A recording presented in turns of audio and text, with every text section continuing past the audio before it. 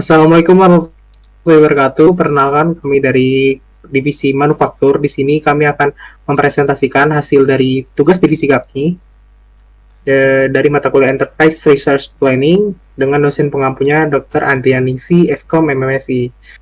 Pertama-tama izinkan kami memperkenalkan kami terlebih dahulu. Pertama, perkenalkan nama saya Abzal Khair Romansyah dengan NPM 2270006516107 dan teman saya. Dan perkenalkan nama saya Fazli Sures Jefferson dengan nomor NPM 22700651608. Dan perkenalkan nama saya Fadila Murti Putra Wardana dengan NPM 2270065160079.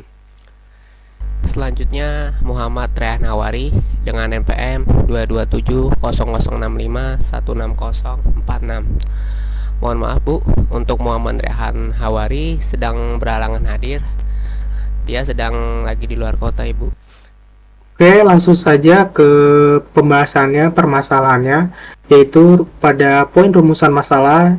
Yang pertama ada jelaskan SOP dari divisi manufaktur Indosaji itu sendiri, terus gambarkan storyboardnya, dan gambarkan flowchart, diagram, dan jelaskan manual book, serta bagaimana tampilan dari website Indosaji itu sendiri.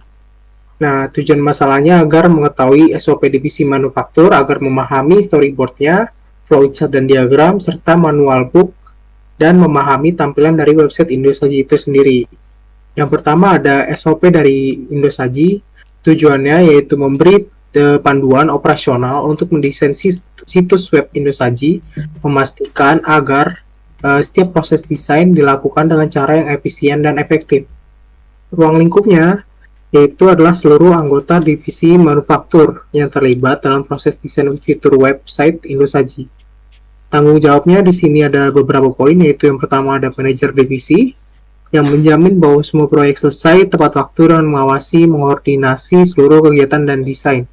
Yang kedua ada designer, yang ketiga ada developer web, yang keempat ada quality assurance, dan yang terakhir ada writer content. Yang poin keempat ada prosedur kerjanya. Yang pertama yaitu perencanaan proyek. Yang pertama kita melakukan kick-off meeting, yaitu manajer divisi mengadakan rapat untuk membahas tujuan dan skala proyek dan mengidentifikasi kebutuhan dan harapan pemangku kepentingan. Yang kedua, kita melakukan penetapan tugas, yang dimana manajer divisi membagi tugas kepada tim sesuai dengan keahliannya masing-masing.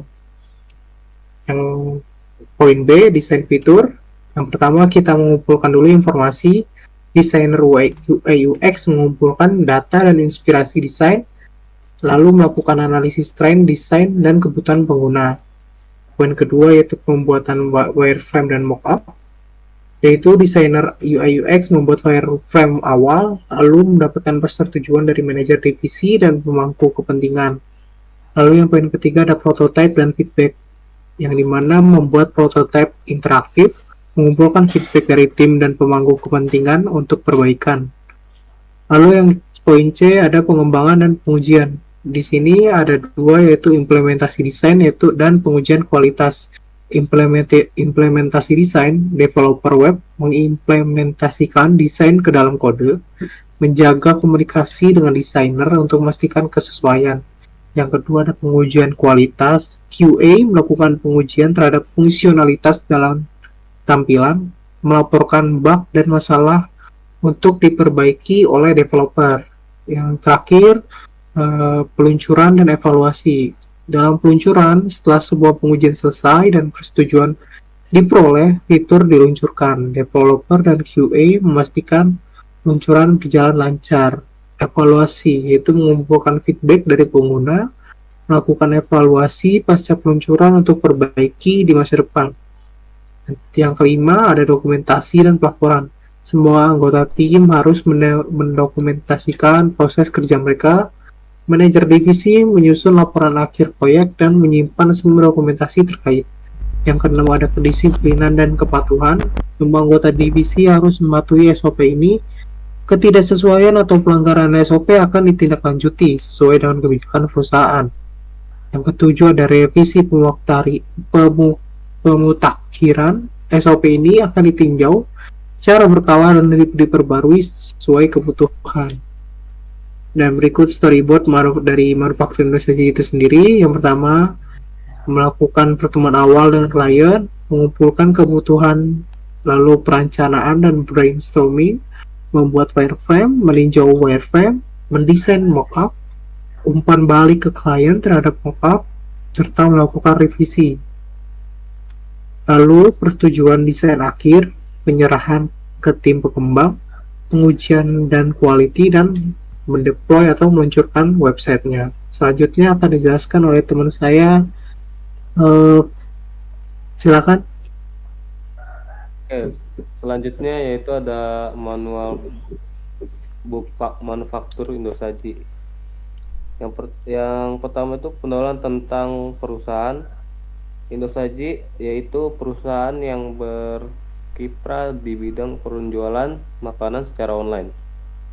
Kami berkomitmen menyediakan produk makanan berkualitas tinggi dengan layanan terbaik buat pelanggan kami. Selanjutnya juga ada tentang divisinya. Divisi manufaktur, desain fitur website bertanggung jawab buat mendesain fitur-fitur di website penjualan kuliner Indosaji. Tugas primer divisi ini ialah memastikan bahwa semua fitur website memenuhi kebutuhan pengguna dan menyampaikan pengalaman yang optimal. Selanjutnya ada struktur organisasi yang terdiri dari manajer divisi, bertanggung jawab atas koordinasi dan supervisi keseluruhan aktivitas divisi, menyusun seni manajemen, serta memastikan semua proyek berjalan sinkron terencana. Berikutnya ada desain UI UX, mendesain antarmuka pengguna atau UI, serta pengalaman pengguna yaitu UX yang menarik serta fungsional, menghasilkan wireframe, mockup, dan prototype.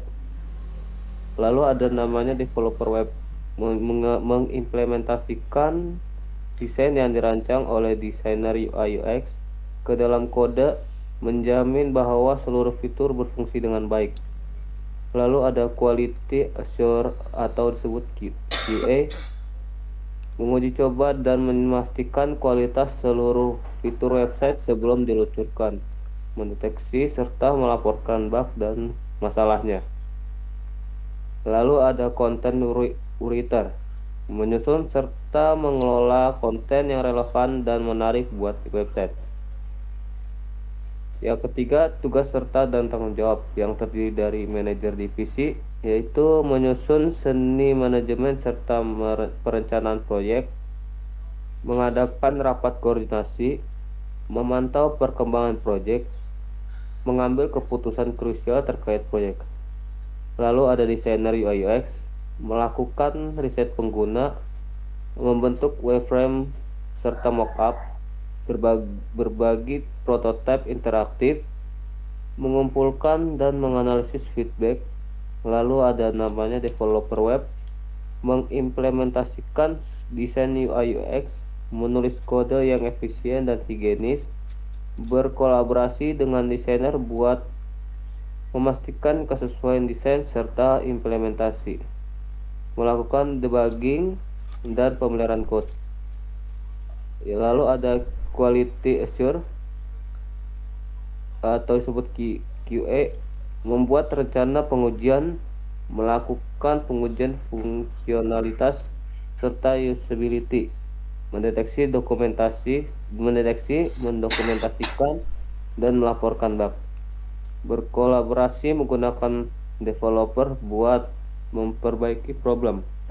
Lalu ada content writer, menulis serta mengelola konten writer, memastikan konten sinkron dengan desain dan fungsionalitas fitur, melakukan proofreading dan editing konten.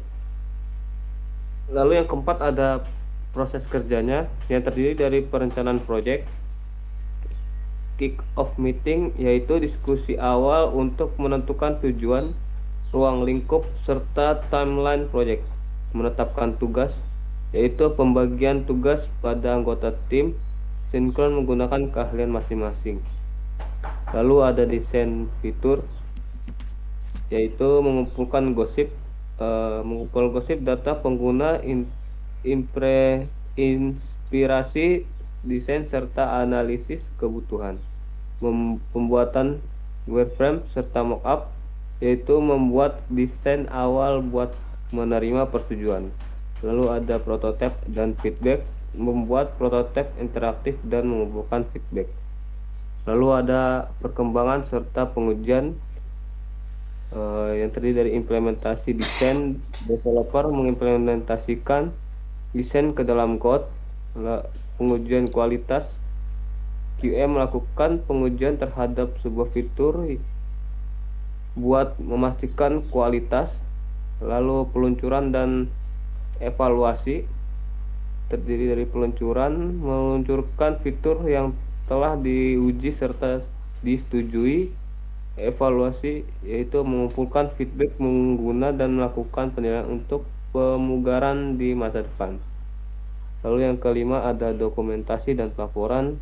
Setiap anggota tim harus mendokumentasikan proses kerja mereka. Manajer divisi menyusun laporan hasil proyek dan menyimpan seluruh dokumentasi terkait.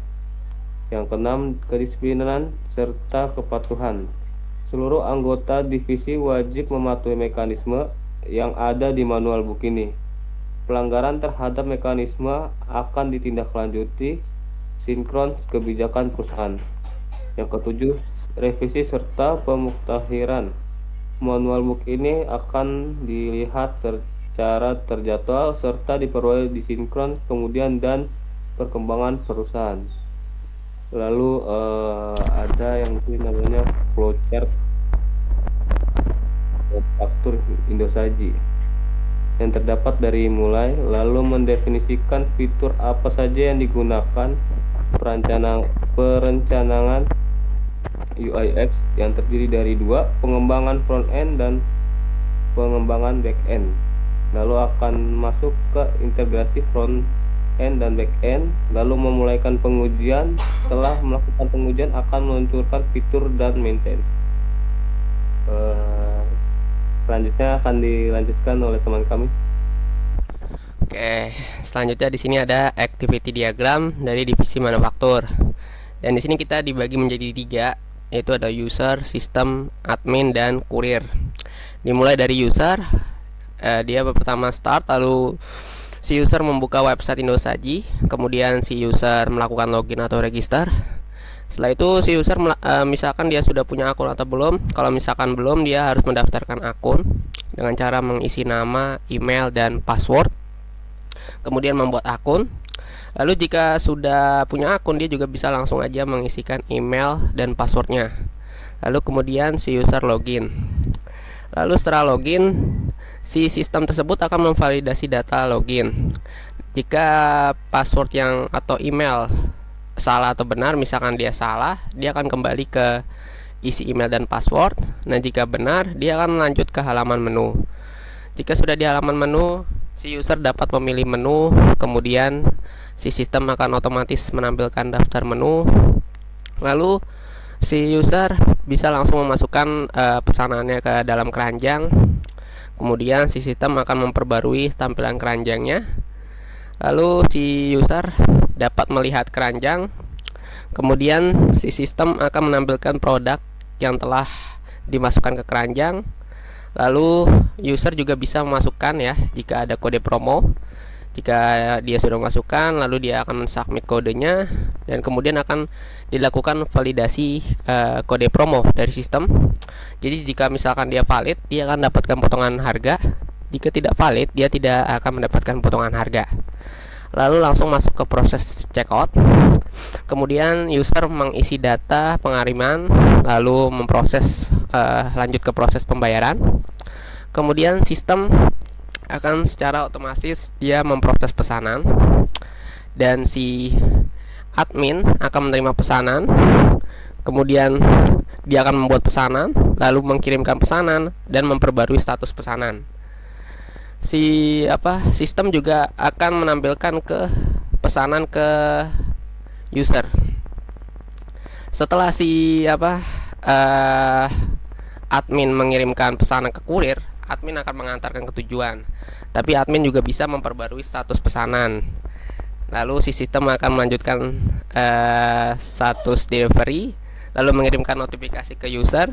Kemudian user akan mendapatkan notif pesanan sedang dikirim. Nah, jika si admin sudah memberikan pesanan ke kurir, lalu si kurir akan mengantarkan pesanan ke tujuan. Nah, kemudian langsung otomatis masuk ke user, pesanan akan diterima. Lalu end. Dan selanjutnya disinilah ya, berikutlah tampilan dari website Indosagi. Dan di sini ada tampilan homepage-nya, dan di pojok kiri atas itu adalah logonya, logo Indosagi. Lalu kemudian di tengah-tengah itu ada menu, ada halaman-halaman, ada halaman home, halaman menu, dan halaman kontak us. Lalu di pojok kanan atas di situ ada keranjang untuk user mungkin bisa memasukkan pesanannya ke dalam situ. Lalu ada tombol sign in. Nah, jadi di bagian bawah homepage juga ada. Di bagian bawah homepage itu ada explore menu. Jadi di website ini bisa melihatkan atau meng-highlight beberapa makanan yang ada di perusahaan ini. Lalu selanjutnya di sini ada tampilan register dan login. Nah, jadi misalkan user ingin melakukan register, tinggal bisa memasukkan nama aja, lalu memasukkan email, kemudian password, lalu create account. Kemudian jika udah punya akun, dia juga bisa login aja langsung ya. Nah, di sini loginnya ada tampilan masukkan email, lalu juga masukkan password. Kemudian dia bisa melogin. Nah, jadi kalau misalkan udah login, dia akan muncul tampilan seperti ini. Ya. Nah, selanjutnya di bawah ini ada tampilan menu keranjang. Nah, di bagian user sini tampilan menu keranjangnya seperti ini. Jadi misalkan kita udah nambahin salad buah, di situ nanti akan kelihatan apa aja yang kita pesan, misalkan salad buah, nasi kebab. Lalu di situ ada subtotalnya, kemudian ada biaya pengiriman dan totalnya berapa di situ. Nah, jika di sini juga di kanannya ada kode. Jadi kalau misalkan ada kode gratis atau kode promo, bisa dimasukkan ke dalam situ, kemudian langsung proses.